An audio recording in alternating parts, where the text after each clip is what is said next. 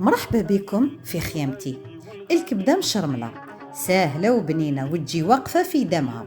تبعوا معايا باش تعرفوا المقادير وطريقة التحضير.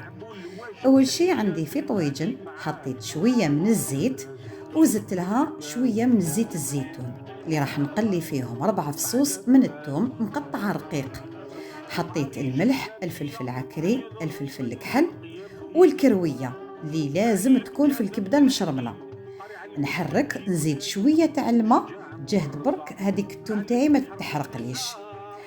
وزدت لها مغرفة كبيرة من الفلفل دريس، أنا كان عندي واجد مرحي، وانتم ما تقدروا ديروا الدرسة تاعكم واجدة غير بالليزيبيس اللي ذكرتهم.